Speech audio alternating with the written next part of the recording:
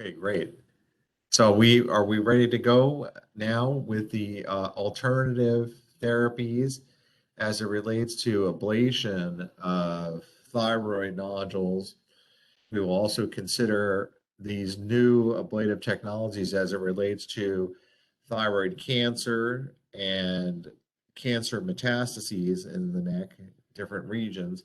And then hopefully we'll have a little discussion about applications for treating hyperparathyroidism, which I think is very exciting. And I know that there has been some work in some of the other ablative technologies in this area. And so we have many excellent speakers to comment on these areas. And so maybe what we can do first is start with maybe Professor Mingbo Zhang from People's Liberation Army of China, because hospital, People's Liberation Army Hospital of China, because she is a dear friend and she has a number of people there who are waiting to hear her speak, and Professor Lowe, who's there. So maybe Mingbo, you can give your talk first. Is that okay? Okay, it's my great pleasure. Thank you so much. So can you see my presentation slides? Yes, just put it please in the presentation mode for everybody, and that would be wonderful. Thank you. Okay, can you see? Yes, perfect. Okay. Hello, everyone. I'm Mingbo Zhang from Department of Ultrasound, General Hospital of Chinese PLA. It's my great honor to give this presentation on behalf of our team and especially Professor Luo. My topic is ultrasound-guided microwave ablation for benign thyroid nodules. Here is the background. We all know that the incidence of benign thyroid nodules has been increasing recently, and the heat energy can generate necrosis, cell apoptosis, and can be one of the effective treatment for the thyroid benign nodules. This slide shows the 4 thermal ablation techniques to treat the thyroid nodules, including the laser ablation, RFA, microwave, and HIFU. And microwave, it can make the water molecules move very fast to raise the tissue temperature and induce necrosis. It can generate a larger ablation area with shorter period of time. And it also has the disadvantage of irregular shape of ablation, which is more difficult for beginners to control. Here are the 3 facilities in our department. For microwave ablation, we usually use it to treat the large benign nodules, and 2 of the other facilities, maybe the other professors will introduce later. Why we choose microwave to treat large benign nodules? Because it has high power and can produce high treatment efficacy.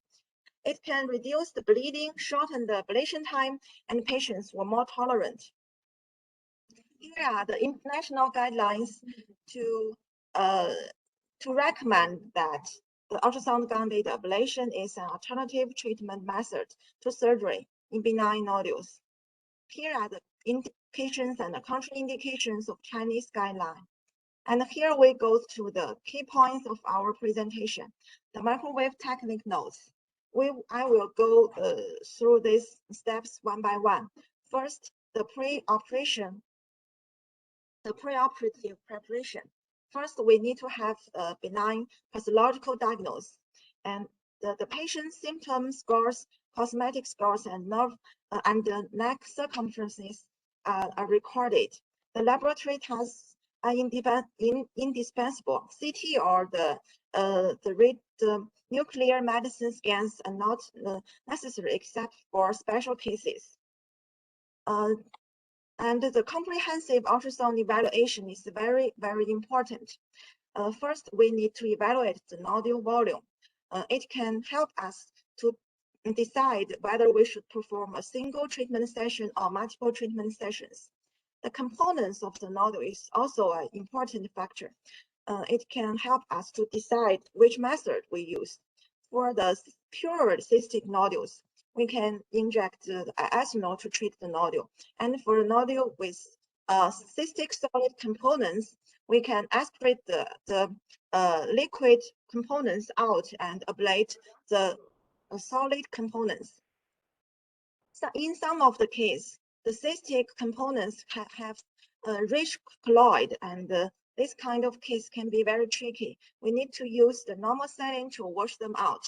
And in some cases, the solid component of the nodule may continue bleeding during the operation. So it can generate the intranodular bleeding and make the nodule even bigger after the ablation. So we need to have a more fast, more efficient ablation. The location is also a very important factor. For this case, it's a retrosternal thyroid nodule, and the lower part of the nodule cannot be displayed by ultrasound. So in this case, we should pay very much attention to the tip of our needle. So never go further to our ultrasound plan. And for the darker candle tubercles, they are very close to the recurrent laryngeal nerve, and they may have a higher risk of the hoarseness. And the blood flow is also an important factor. For the nodules with rich blood flow, we need higher power, like 35 volts, and otherwise we need the less power. Of course, the informed consent should be acquired. And anesthesia, we use the local infiltration anesthesia. The subcutaneous and the parathyroidal infiltration were both performed using the 0.5% lidocaine. Hydrodissection. Hydrodissection, I think, is the central, the most important part for a successful ablation, because we have many important structures in our neck. So we need to use the liquid to separate them from our treatment target. And during the hydrodissection, we must make our needles displayed very clearly.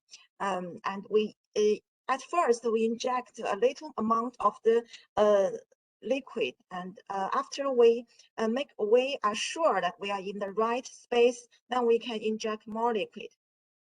This is the case, and we can see we use the liquid to blunt separate the space. So do not make the needle go further than your liquid. That will decrease the chance of hematoma.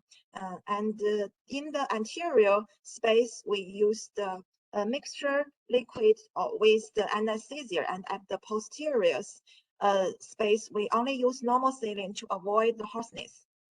We need to monitor the vital signs and the voice during the operation. The ultrasound monitor is also very essential. Before the treatment, we use the ultrasound to have space information about the whole nodule, and where we perform the ablation. We need to make the plan. And during the operation, we always make the tip of our needle and the whole length of our needle with the same plan as our ultrasound probe. So never start the ablation unless we can clearly see the tip of the needle. It can be very dangerous. So this is very, very important. And we can also monitor the hydrodissection area surrounding the our target. So if they decrease, we can add some more liquid to keep the a safe distance between them. And CUS can be an effective way for evaluation immediately after the ablation. And it will be more effectively if we perform it at about 1 or 2 hours after the ablation. So here comes the moving shot technique. Moving shot technique is it's a very important technique of the ablation. We start from the posterior, the medial side of the nodule. This is the trachea, and this is our ablation needle. So as we can see, after ablation, the bubbles can cover the ablated area. And we can also use ethanol sensitization. We may be very familiar about ethanol treatment for the cystic nodules, but for solid nodules, our professor Yukon have developed this kind of device. It can generate it has 3 holes at the tip of the fine needle, and it can inject a small amount of ethanols in 3 different kind of ways to increase the ablated area, and it can help us to treat the large nodules with rich blood flow. The leverage method can also be used to increase the distance between the nodule and adjacent important structures. With the techniques before, we have effective treatment, and we have high volume reduction rate, significant reduced symptom and cosmetic scores. And here goes the complications. Pain, fever, and hematoma are the 3 common complications for the ablation of large benign nodules. And for the tracheoesophagus injuries, they are severe complications that we have not ever met. So it is very important to have an effective hydrodissection. The nodule regeneration may happen after the ablation, and the vital volume divided the total volume can be a factor to predict the nodule regeneration, and we can also use it to decide when we should perform the second ablation. And conclusion, for microwave ablation, it is a kind of ablation method with high efficiency, a larger ablation area and shorter time. And to make it effectively and safely, we need to learn some key techniques like the comprehensive ultrasound evaluation, the effective hydrodissection, and real-time ultrasound monitor. Thank you so much for listening.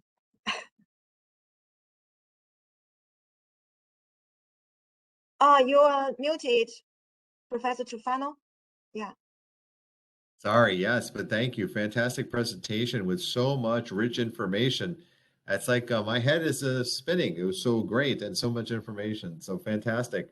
Should we talk a little bit now about each specific technology, or should we let everybody present and then discuss? I think maybe we should let everybody present, okay?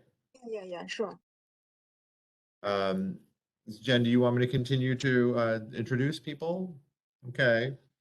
So Professor Papini, I would like you to present next. So Professor Papini is Director of the Department of Endocrine and Metabolic Diseases, Ospedale Regina Apostolorum, Albano, Rome, and Professor of Endocrinology. Please, Enrico, thank you for joining us and trying to enlighten us on your excellent experience and outcomes with laser ablation for thyroid nodules. I tried to share my Working. Yes, perfect. And then maybe just to hit the presentation mode down below, and it'll be perfect. Just a moment.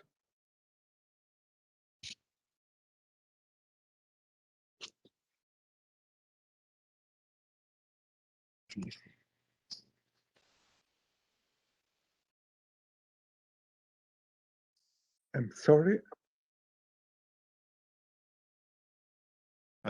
Maybe right down near the 72% of you can hit the presentation screen. Oh. It will be, yes, on your far right there and a little closer to 72% where the battery life is showing.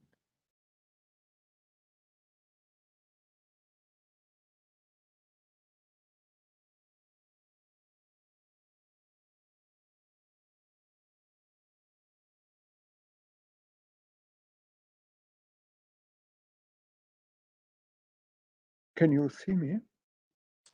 Yes, Enrico, we can see when you share, but then it goes off. Now I don't see it.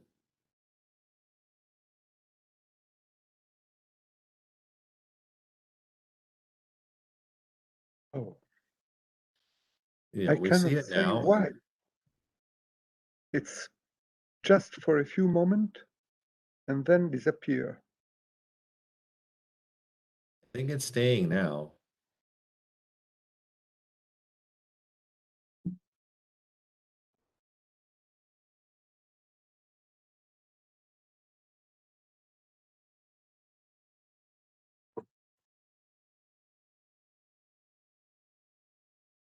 It's the first time I have this problem.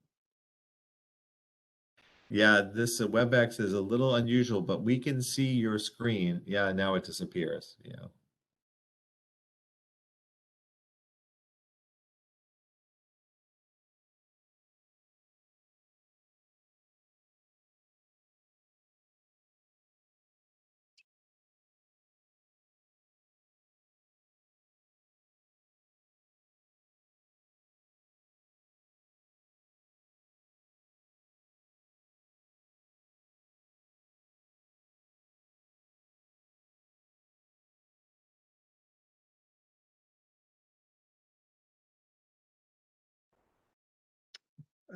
I'm sorry, I'm creating some problem, but No, really, it's okay. No, no worries. Take your time to try to figure this out. Because I think we can go have a little more of a discussion while you try to figure that out. It would be okay. Don't worry. Because I think Brian will just have some discussion about HIFU, and you can should work I on. give my talk first? Because in a while, Professor uh, uh, oh, Well, we're having a got us. hard time hearing you, Brian. You're breaking up for some reason. It may be the connection. If you want to try without maybe the earphones, it's possible that that would work. I'm not sure. I'm using the headphones. Can you hear me now? Sorry. Yes, that's so much better. Very clear. Oh, you can hear me. Oh, it's perfect. It's perfect. Should I give my talk first? While Professor Papini work out, yes, you know, please, his please. connection. Yes, Brian, Thank you. why don't you go ahead and do that? I think Jen is also trying to wrestle with all of the technical issues that we're having with the format as far as the WebEx. I'm sorry for everybody, but we have used it in the past and it's been successful. But Brian, please go ahead and give us your background. And I don't know if you have a talk prepared, but if you want to discuss HIFU and your experience with HIFU in treating thyroid nodules, please go ahead All and right. do that.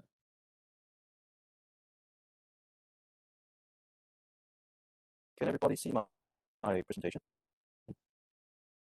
Yes, we're having a hard time hearing you again, but now we can see.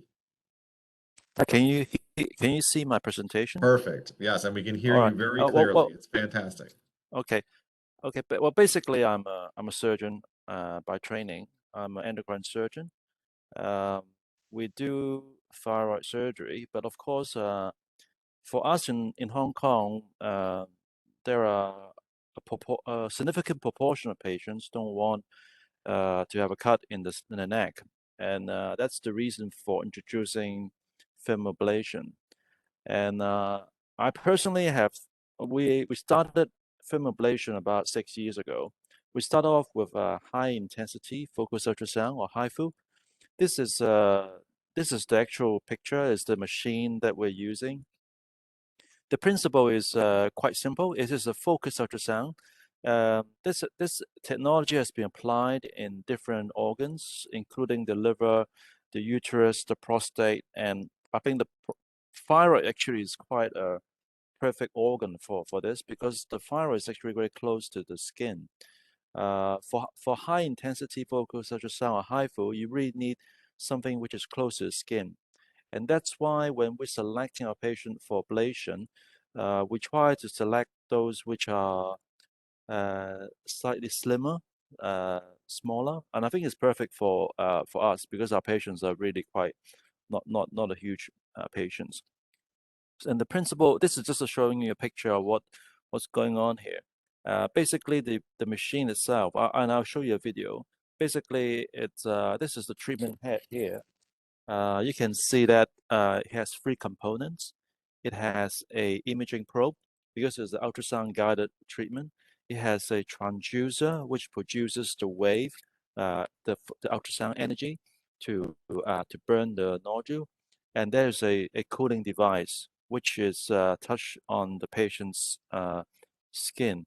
You can see on this picture is the blue fluid. That is the when you feel it, it's cold. It's about 4 degrees. So after the treatment, when you feel the patient's neck, you could feel that the skin is cool.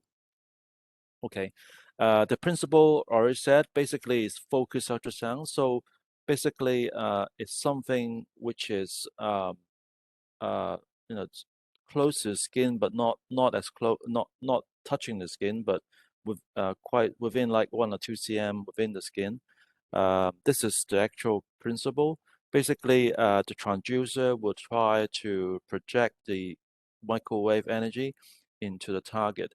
In this situation, is the thyroid nodule, and we try to burn the center of the nodule. There is a thermal area, so even though you focus in the center, you do get a depth of burning, and the depth is about 1.5 cm, and the machine will move in each area of the nodule until the entire nodule has been burned. And I'll show you the video. Okay. Let's see. I think most of the things are very similar. The criteria we use is similar. I mean, the only thing probably I want to talk about in terms of preparation is the fact that we always fast our patient. So the reason for that is because we usually give them some sedation. I think IV sedation is not usually given for needle-based ablation, but for HIFU, I think it's important because we don't want the patient to move. We want them to feel comfortable, not to move. Some patients do feel some pain during the treatment. The reason for that is because the energy needs to go through the skin, the muscle, the tissues, and that's why it's a good bit of pain. And also because it's not perfect, because even though you try to focus within the nodule, you still get a bit of energy going through the nodule into the patient's neck, and that's why they feel uncomfortable. And so that's the reason for giving the sedation. And we usually give a bit of pethidine and a bit of diazepam, which is a benzodiazepine. Before the treatment, we would do an ultrasound to measure everything. I also give needle cane infiltration, just like radiofrequency ablation, and hydrodissection if the nodule is close to the carotid or close to the dangerous triangle. The strategy is really about applying. We're doing more sequential, meaning that we repeat the treatment in the same session. So we do 2 treatments so that we recover everything in the nodule. I think at this point, I'll just show you a video on exactly what we do. Let's see. I hope this works. Just hold on. Let's see.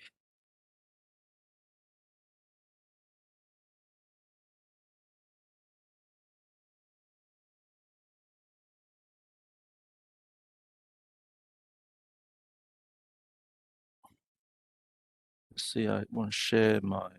You seeing the video now? You're not. No, Brian, we're not right now. It's Okay. the hydrodissection slide is up and invisible. Okay. Sorry about that. Let's see what I can do.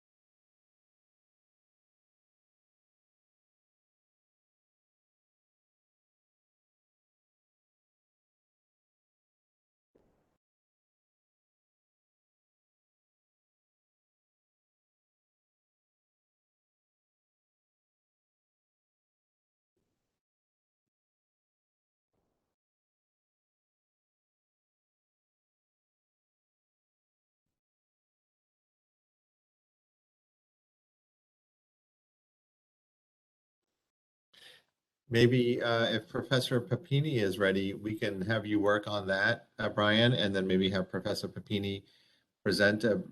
Professor Papini, will you be able to share your screen, you think?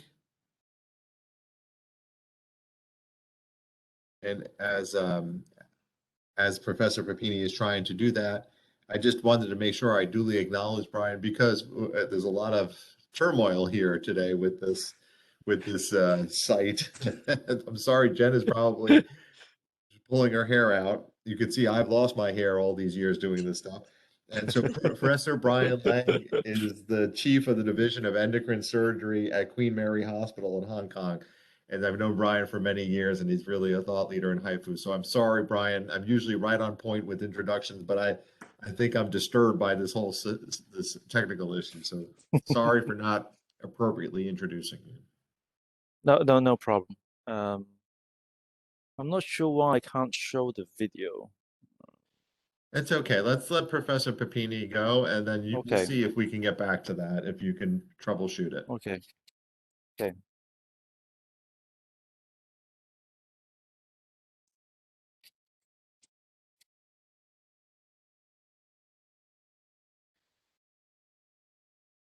Professor, we cannot hear you. I think you're muted now.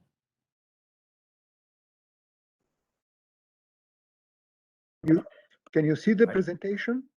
Yes, I can see the presentation and I can hear you. All right. And I do hope to be able to go on.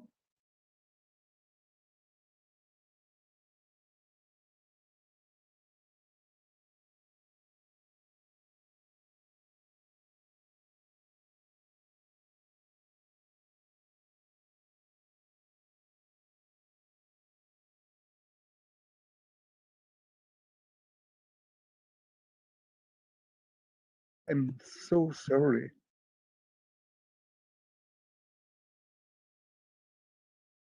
Oh, Brian, your videos have come up. It says your screen is being shared. So there you go. Now it finally arrived. Boy, I think that this is maybe some gremlins have gotten into this machine, the WebEx. And are you seeing my presentation now? No, Enrico, we have Brian's presentation up, but I Oh. don't know if it's going to be able to go. I Don't see. worry. Let's see, Brian, are you able to show your HIFU video or not? I think Brian is. All right. He's, Here we are.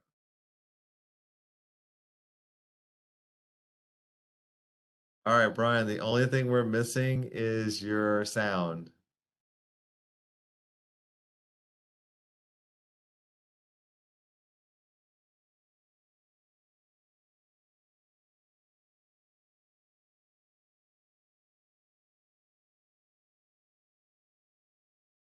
I think I will have to have a glass of wine when I go home after this from this session. Yes, a lot of problems. But anyway, if it's Jen, we're having a lot of problems, but I know poor Jen is the one who has helped organize and put it on her institution site, and I don't know what happened, but I thank you for trying. So if we can do a video, great, and if we can't, we will try to have a discussion. So I don't want everybody to fret here. would you like, Ralph, that I start talking? Yes, please. That would be great. Yeah, if you can. I'm sorry you can't share your lecture with us, your talk, because I've seen it before. It's fantastic. I'm sorry. And so this is the last attempt. No. It's difficult to have I don't know why. It's the first time. It's so Can you difficult. not advance? Can you not advance those slides forward at No, all? I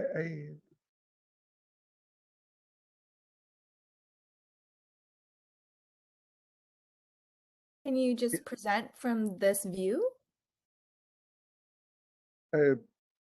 when I try to say share, I cannot go on. Well, So when Sir you if, hit, Papini, if do you you, have any video? Do you have any video in your PPT? well, I cannot say why it happens this way. Or can you just email your PPT to Jennifer? Can she present to us? Oh, yes, I can try to do this. yeah, let's try that. And then Jen, you can share it and then just advance as Dr. Papini is going. Maybe we can do that. Can I, in the meantime, while we're doing that, may I ask just a few questions from the first two presentations, please? I'm sorry, because I just want to make sure we cover some areas. So Mingbo, excellent presentation. And I wanted you to discuss, when you said you use the liquid and only the normal saline posterior, but anteriorly for the microwave, what is the combination that you use? What are you using exactly? And are you concerned about normal saline and conductivity? Much like with RFA, we are a little hesitant for the normal saline posteriorly, but maybe use some dextrose, D5W, for example. Please explain to the audience what you mean specifically. Okay, the hydrodissection is very important, and normal saline is effective. It's not a problem in every patient. It can be used both in RFA and in microwave. And in our department, we use the double polar RFA device, and there is no problem using the normal saline.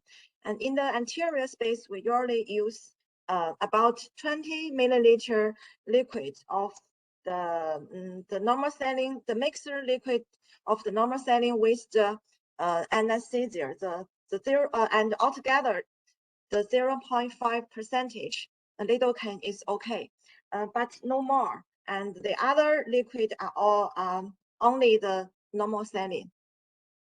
So, Mingbo, because you use a bipolar electrode, is that why you can use the normal saline? Because most of the time, what we're using in, for example, the United States is the monopolar RFA probe. And so we are a little more concerned about the ionic agitation and conductivity with the saline. Is that why you can feel more comfortable with the saline instead of using dextrose, for example?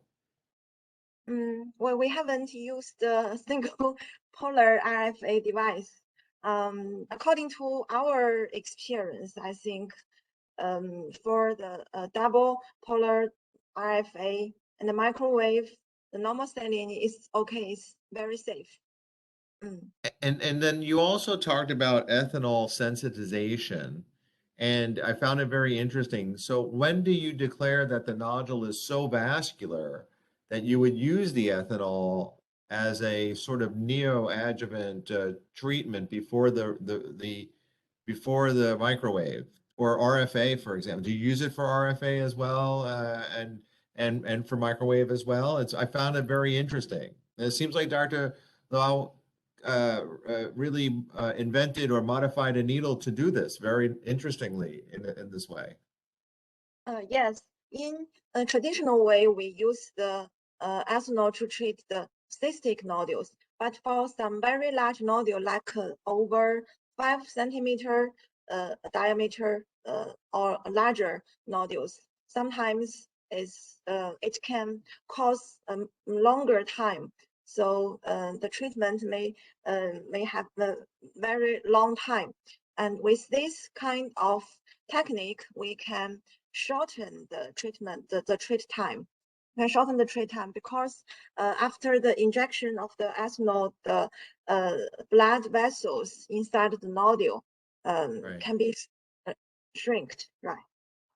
So you would do the ethanol and then you can immediately follow with microwave or RFA is fine. Yes, and our professor Yupeng Luo, she performed most of the case, and of course we may see some gas bubbles immediately after we inject the ethanols, but a few minutes later, and these bubbles can disappear, and the whole display of the nodule is not affected. You also mentioned that you will do the contrast enhanced ultrasound approximately 1 to 2 hours after treatment. And obviously, you're keeping your patients around to bring them to do the ultrasound a little later. But why is that for you? We don't have contrast enhancement here. And so for me, I'm trying to understand what will you see later that you don't see earlier? Why is it beneficial to wait? What information does it give you to then think, am I going to do something else now? Am I going to do more treatment if I'm not happy with the contrast enhanced ultrasound? Yes, this is a problem. Mostly we use the CUS immediately after the treatment, and we use it because it has more efficiency. We can decide whether we should have some complementary ablation immediately after the ablation, but it also can have some problem. If you are a very skilled ablation doctor, a surgeon, I think you can use it immediately because you are very sure about your ablation area. Otherwise, I think you can ask the patients to wait for some time, maybe not as long as 2 hours, maybe about 1 hour, and you can decide whether you should have another treatment at the very beginning. But after several cases, you maybe have your experience, and maybe you can perform it immediately after the I ablation. see. Yeah. I understand. Okay, excellent. Thank you. Brian, I know you've been using HIFU now for quite a while, and I always had an interest in HIFU, but it seems like for all of the technologies that we have, or at least we were going to talk about, it seems to have so much promise, but has the least amount of adoption or utility. Not maybe not utility, but adoption. You know, why do you think that is? Why did you choose HIFU? Is that your preferred method of ablation? So I think, can you hear me? First of all, you Yes, can. perfect. I think well, I've been doing a lot more radio frequency ablation now. I still do HIFU. The reason why we are doing more radio frequency now is because I think the treatment time is quite significant. Radio frequency ablation is a lot quicker. That's the reason. We only treat benign nodules. So even for microcarcinoma, we haven't started any ablation there. So we only do it for benign symptomatic nodules. And the reason why we started with HIFU is simply because we want to do something non-needle initially. Right. Something Right. which is what we think is completely non-invasive. But of course, it's not an easy technique. I mean, even theoretically, it's a good idea. But when you start doing it, you find that patient they don't always feel comfortable with the treatment. You might get some nodules which are not suitable for HIFU. You have to be selective with HIFU. Whereas for radiofrequency ablation, you can actually do majority of nodules with radiofrequency. And so I think there's a steep learning curve.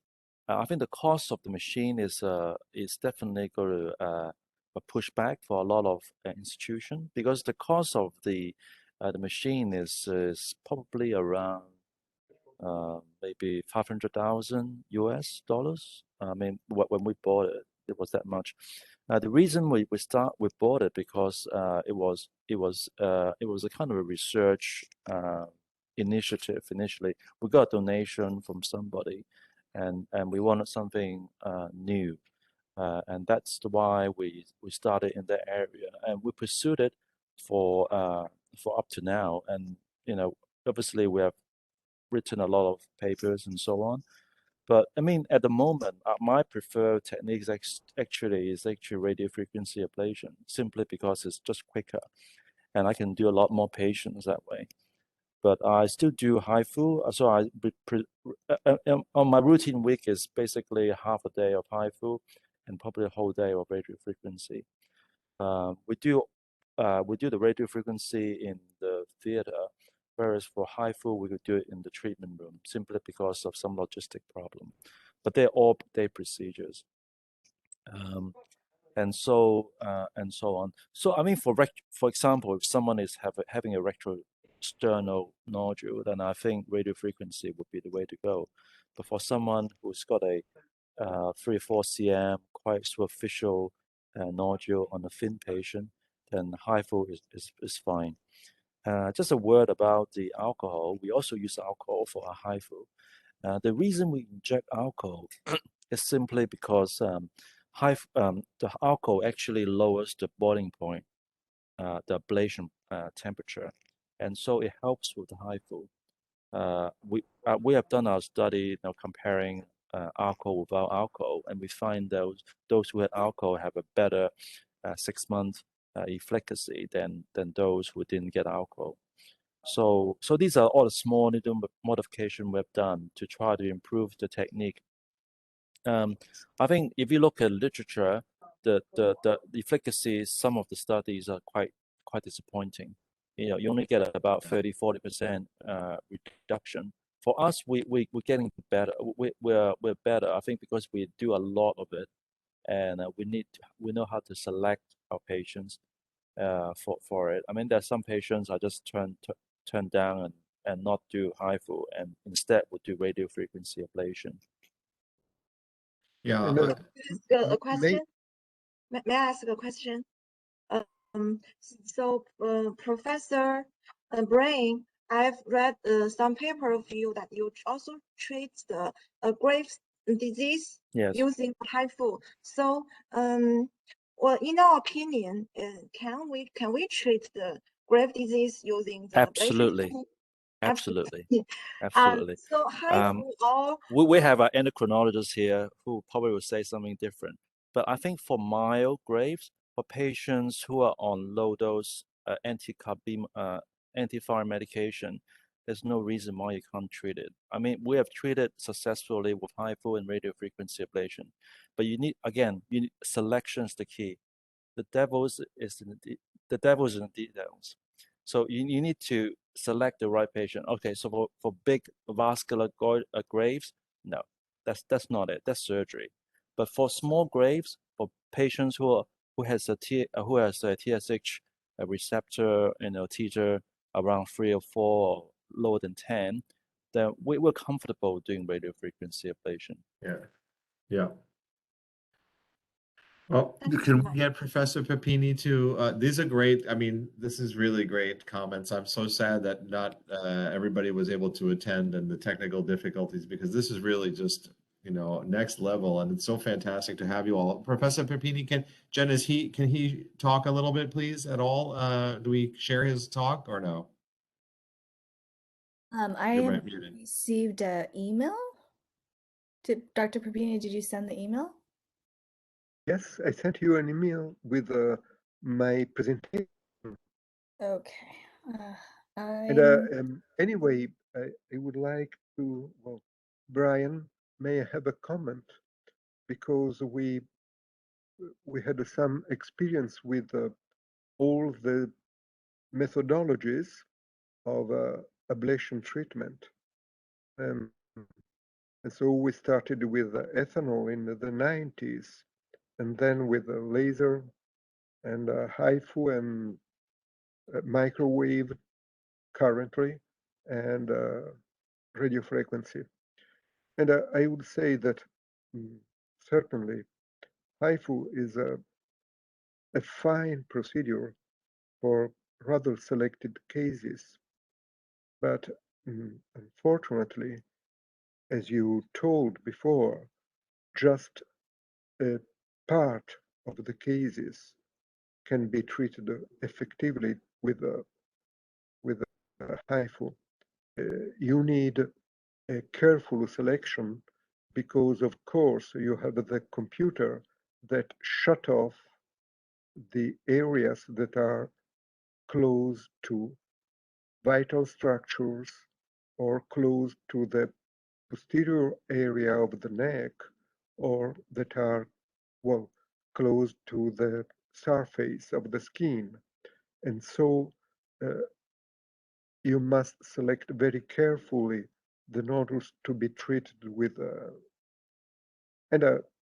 Anyway, I must say that we used IFU on a few, well, girls that were very worried about cosmetic damage, and they had excellent results. But they are just a part of the patients. And when you have well, dealing with large nodules that are close to, well, trachea and the carotid artery or displacing it, well, it's much better with the traditional thermal ablation techniques, I would say. Absolutely, I agree with you. I think, as I said, the devil's in the details. So you Yes. just need to be selective and so on. But you know, I mean, that's why I work in the academic institution. Is the fact that you want to find out who are the right patients, right? I mean, I mean, that's research. I mean, that's how it goes. But I mean, a lot of I mean, I have patients that had HIFU and then the outcomes wasn't good, and then we apply radio frequency as well. So I mean, we have a failures. It's not always not all the cases are always Yes. fine. You know, Absolutely. the promise of less invasiveness and automation and software programming and formatting and conforming energy to certain areas. And there are challenges, but this is really the ideal, right? Because then it takes the sort of very idiosyncratic acumen of doing this procedure and people thinking about how do I adopt it.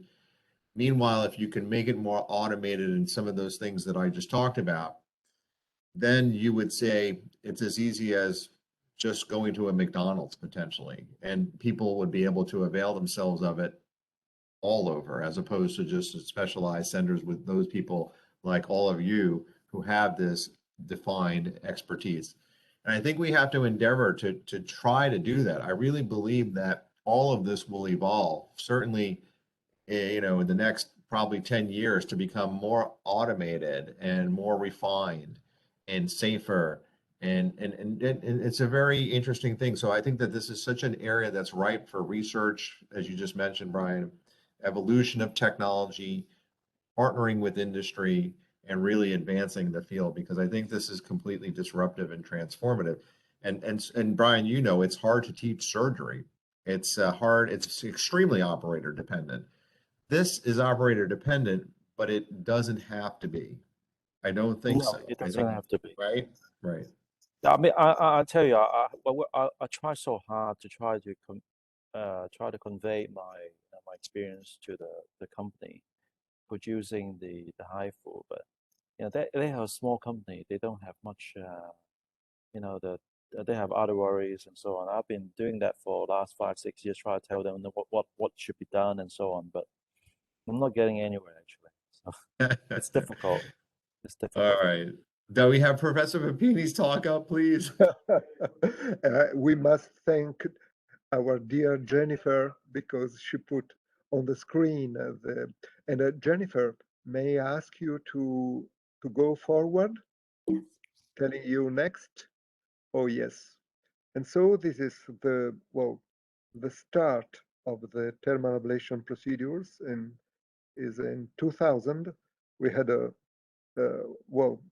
about 6 years of experimental activity on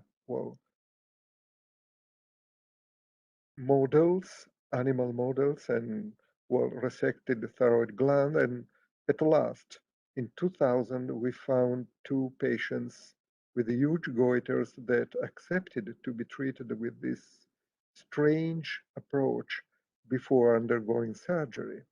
And everything went well. And after that, we had the opportunity to try also different ways of delivering thermal energy. Next, and we know very well the laser ablation modality. We introduced 2 spinal needles into the target nodule, and then we advanced for 5 millimeter fiber optic, and we fire laser next. And if we change or if we perform a pullback technique, we can destroy a rather large area of tissue. Next. And this is the appearance, rather well vascularized nodule. Next. That is treated with laser firing. Next. And you can see that the evaluation with power Doppler demonstrate the disappearance of vascular signals. Next. But as you asked before, Ralph, of course, if you want to know just after the treatment, when you have some kind of effacement of the area that you are evaluating, the use of contrast-enhanced ultrasound is very useful because you can immediately spot if you need some more treatment in a specific zone of the area. And on the right, we have after 6 months, the reduction of the nodule that we have treated. Next. And we have several procedures. There are advantages and disadvantages. The great advantage of laser, of course, is the size, because we have a 21 gauge spinal needle that is flexible, and it's very difficult to hard to induce some damage unless you are an attentive. Radiofrequency definitely is one of the best devices. You have 18 gauge needles, electrode needles, and you have the ablation that is all around the active part of the device and not just in front as with the laser. And then microwaves. I must say that definitely microwaves are the most powerful, and we appreciate microwaves very much for large nodules because you can destroy large areas rapidly, and it's quite well tolerated by the patient that rarely complain of painful heating. But until now, we had a 16, 18 gauge electrode antenna, and sometimes we needed to cut the skin with a scalpel to better enter the device. Now, during these last months, we had some more accumulated points, and so things are going better. Next. And back to laser. This is a study we published a few years ago. Pain was reported as mild and short-term by the majority of patients. Next. And these are just a few data about the percent decrease and the transient vocal cord paresis that was quite rare. And the next one, it was an interesting paper because it was a paper that concerned 1,500 patients treated with laser in different centers in Italy. And the next And as you can see, the complications were rather exceptional with very good results. Next slide. And always we have well, questions that say, well, what is better, laser, HIFU, microwaves, radiofrequency?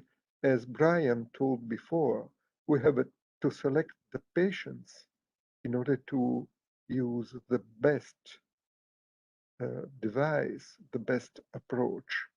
And anyway, we have a good result with a decrease at 12 months that usually is rather satisfactory. Next. And also for hyperfunctioning nodule, we have excellent results. This is a multi-center study in Italy on 360 patients with a hyperfunctioning nodule that we carried out and published just a couple of months ago. And this confirmed, well, an observation that we, since many years, appreciated, that is, when you have a rather small, autonomously functioning nodule, the results, also in terms of control of hyperfunction, are, I would say, excellent. But when you have larger nodules, you have a relapse of hyperfunction in well, in the majority of patients. And so in this case, you should use a combined treatment. Well, I suppose this may be enough just for a few, well, words about laser. The next. But of course, what is most interesting at the moment, because we know very well that these techniques are quite effective for the treatment of thyroid nodules, but what is most interesting is the use for malignancy. And we know that at the moment, we have the proposal of active surveillance for small size papillary carcinomas and for small size recurrences in the neck. But of course, we have also some problems because the patients are generally quite anxious about the presence of a cancer in the neck, and we need a rather long period, especially in young patients. And so in 2011, we performed the feasibility study on papillary microcarcinoma. Next. And we had plenty of information from Far East studies on a large number of patients. And from China, we had relevant studies. I just want to show this slide because the study is from Tong, but confirms our feeling, that is, radiofrequency is probably the best for the treatment of the papillary thyroid microcarcinomas, but certainly laser was associated with the lower rate of complication. And so, again, I would say that when we have to treat microcarcinomas that are in some, well, risky area, laser could be the best approach. And when we don't have relevant problems for the place of the lesion, we can use quite safely radiofrequency. I would like to ask our dear friend,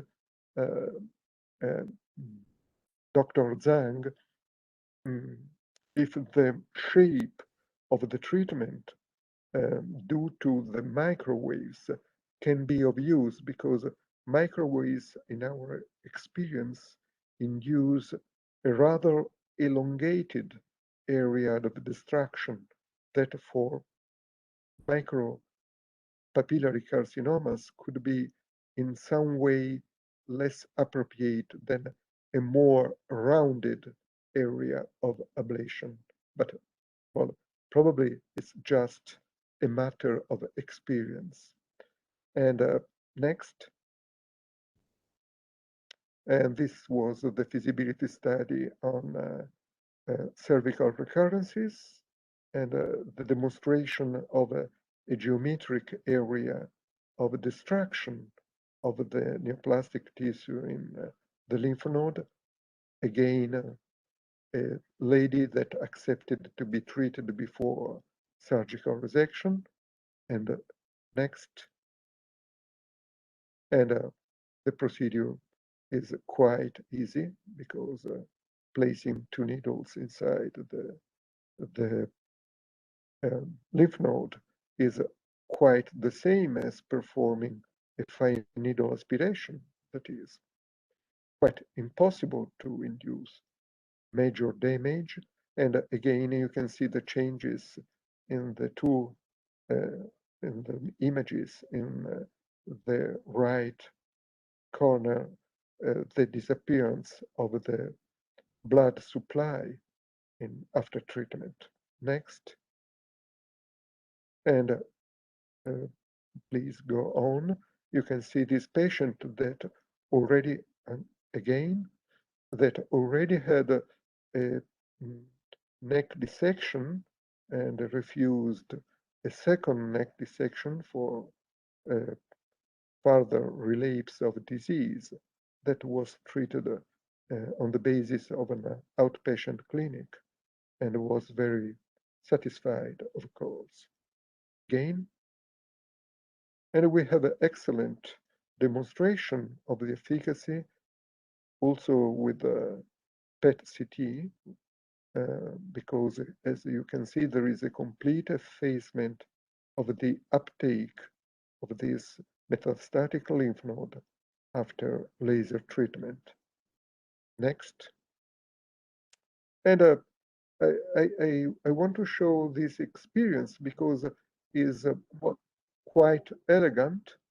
It shows the treatment of 2 lymph node metastases from medullary thyroid carcinoma. Next. And as you can see, this patient already had 2 dissection of the neck. Next. But after the laser treatment, we had the disappearance of a calcitonin level, and during a 3-year follow-up, we had no relapse. And so such a sensitive element as the presence of calcitonin in the blood is the demonstration of the effectiveness of this kind of treatment. Next. Many thanks. Great presentation. Just fantastic. Everybody is just, this is just really fantastic work. And Enrico, I wanted to ask you a couple of questions on your presentation, but also would like to hear from others as well. So you demonstrated the utility for treatment of metastatic lymph nodes and also for papillary microcancer. We talked about selection. Always selection is very important, and the location of the nodule, the risky area versus an area that is maybe a microcancer surrounded by relatively normal parenchyma away from the concerning areas. And so regardless of your treatment, the selection is an art, the treatment is an art. What do you have to see to feel very confident? In that wonderful picture you showed, there was on the node that you treated, no further FDG uptake, but still structurally it appeared, oh no, we lost him. I hope not. But structurally it appeared to still be present. and so Mingbo Brian too as well, do you have to have complete disappearance of that nodule, of the lymph node or the primary papillary microcancer? Or is it good enough to have a stability or a partial reduction, but without an absence of blood flow or contrast enhancement, or as Enrico showed on his FDG PET scan, the lack of FDG uptake? What do you judge success? How do you judge success? Are you always going to get a complete ablation where you no longer see any vestige of that treated nodule or lymph node? So may I answer your question first? I think for the benign and malignant nodules, the treatment success definitions are different. For benign nodules, the shrinkage of the nodule, the appearance of the patients is what we measured. But for the malignant nodules, we have to focus on whether the nodules are completely treated in the treatment area, and we also focus on if there are any recurrence on other thyroid lobe, and of course the lymph node metastasis. So all of this we have to evaluate it. And for the treatment area, we can make some core needle biopsy after the ablation. In our team, we have performed many cases of this kind of patients at about 3 to 6 months after the ablation, and the pathological result shows the completely treatment. That is kind of proof of our successful. And then we can also find many cases, especially the PTMC. The lesion can completely disappear after about 12 months after the ablation. And we use the IFA, so there is no charring of the area, so we cannot see the calcification. All of the lesion can be absorbed completely. So this can be used to prove our treatment success for the treatment area. And the other part of the neck or the thyroid lobe, we use ultrasound and with the CUS to check. I think I Thoughts? agree. I mean, I agree with what she said. I think totally. I mean, for benign, you basically are treating the cosmesis, and so the symptoms, the size, everything would be. It's much clearer actually. For cancer, it's a bit more difficult, because this is a microcancer. They are non-aggressive, low-risk cancer, so they're not going to be, they don't usually increase in size. So you have to have another way. So I agree. You maybe after 6 months you image them again and you rebiopsy the area to make sure that you don't have any residual cancer, and so on. I mean, there's no other kind of ways of knowing whether you have completely treated, because you're not going to do any surgery on those patients. So it's really based on imaging and also contrast ultrasound, as she said. We don't have contrast ultrasound. We try it. It's a bit difficult for us. We are not radiologists. We're just we are blunt instrument. We just treat something and so on. So Would it be safe to say, Mingbo, that if you had treated a papillary microcancer and you don't have a complete resolution of the nodule itself on ultrasound by 6 months to a year, should you go ahead and do a core biopsy? Does it necessarily mean if you don't have a complete resolution and disappearance of that nodule that you failed? Is it incumbent upon you, required of you, to biopsy at 6 months to prove or disprove viable cancer versus some scar? Have there been occasions where you still see some vestige of some remaining remnant of the primary, but there's no viable cancer, so it is okay? For the cases with no calcifications, most of the case, we can have a complete resolve, so no nodules at all. But for some nodules with calcification, we may see the calcifications left after Right. the 12 months after the ablation. Most of the PTMC, the lesion can be absorbed after 12 months. Yes, and So I think if you met the case that the shrinkage is not enough, is not disappear, and you may perform a biopsy to confirm the treatment, the completement. when would you do that? At 6 months, or you wait for 12 months? For me, I don't use the biopsy for each patient regularly. And Right. at the very beginning, our professor, she will perform the routine biopsy at about 6 months.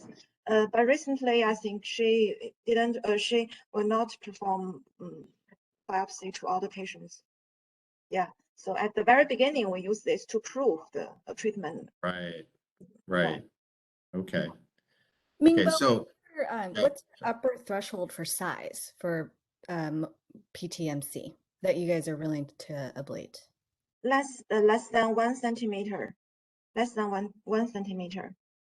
And I also perform some cases of laser ablation to the PTMC and also to the cervical lymph node metastasis. And I think it's a very good device, especially for the beginners, because the laser ablation, we don't have to move the needle frequently during the process, so it just can stable at the same site, so it's easy to control the needle.